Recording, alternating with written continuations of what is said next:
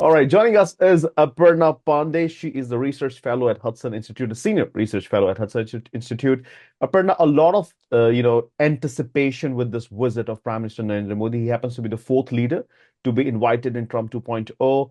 Um, how do you see this? There's obviously the optics that he's been invited in the first, I probably should say 30 days of Donald Trump taking the office. What are your views on this visit? Thanks, Rohit. Always great to be with you. Two things. I mean, it's symbolic. It's also substantive. Symbolic, I would say the third partner, two security allies, Israel and Japan, and then the Indian Prime Minister. And so that matters. That India is right up there with the security allies and partners, even though it's not a security ally. Second, it's very important to be here in the first 30 days of the administration. The substantive parts are also there.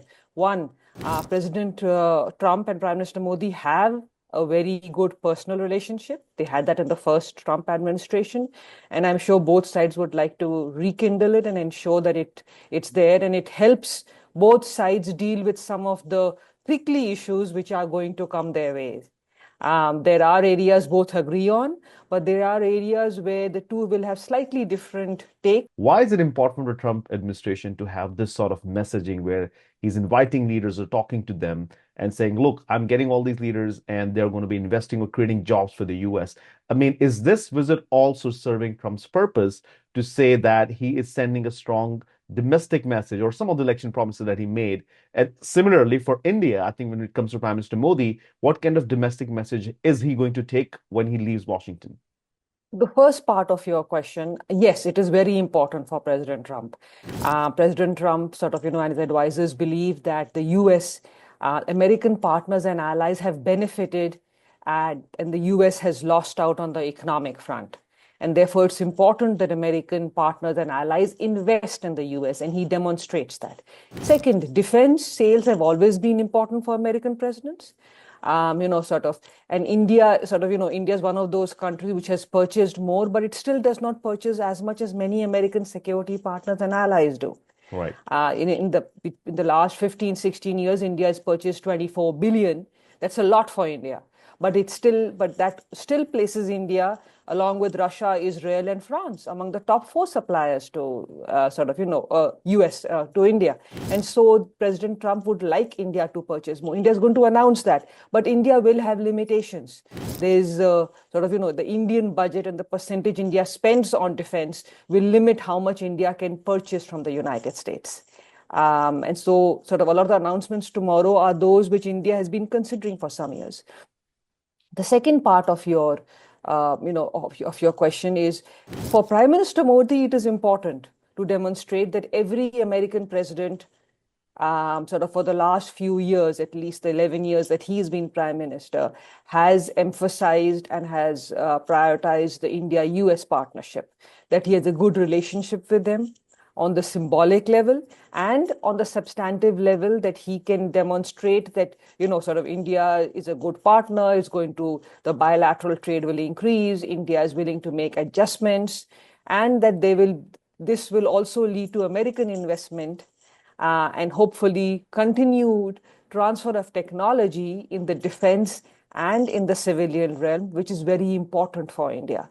And finally, important to send a message to India's neighborhood, especially China and other countries, that India has a very strong relationship with the United States, and that continues. Okay. One last question, Aparna, before I let you go.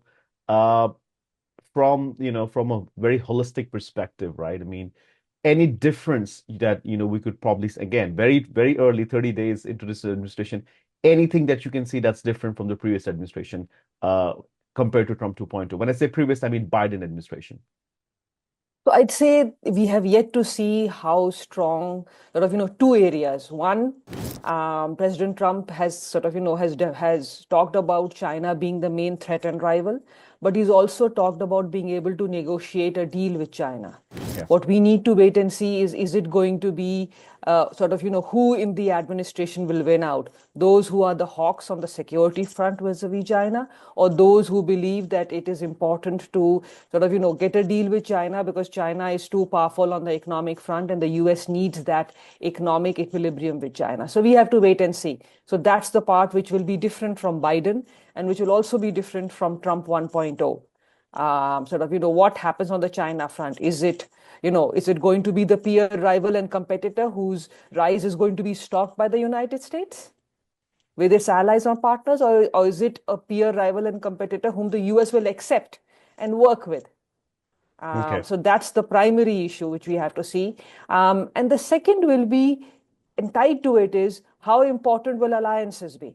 How important will friendships be? For the Biden administration, they were reaffirming alliances, reaffirming partnerships, that the US will work with others, with its friends and partners.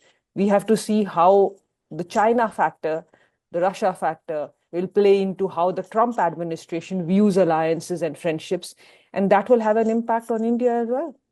Okay. All right. Thank you so much. Everybody is anticipating this big visit here in India. And, we'll look forward to connecting with you, during and after the visit, to understand what it actually meant for these leaders to have met so early in Trump 2.0. Aparna, thank you so much for joining. Have a Thank wonderful you. day. You too. Thanks.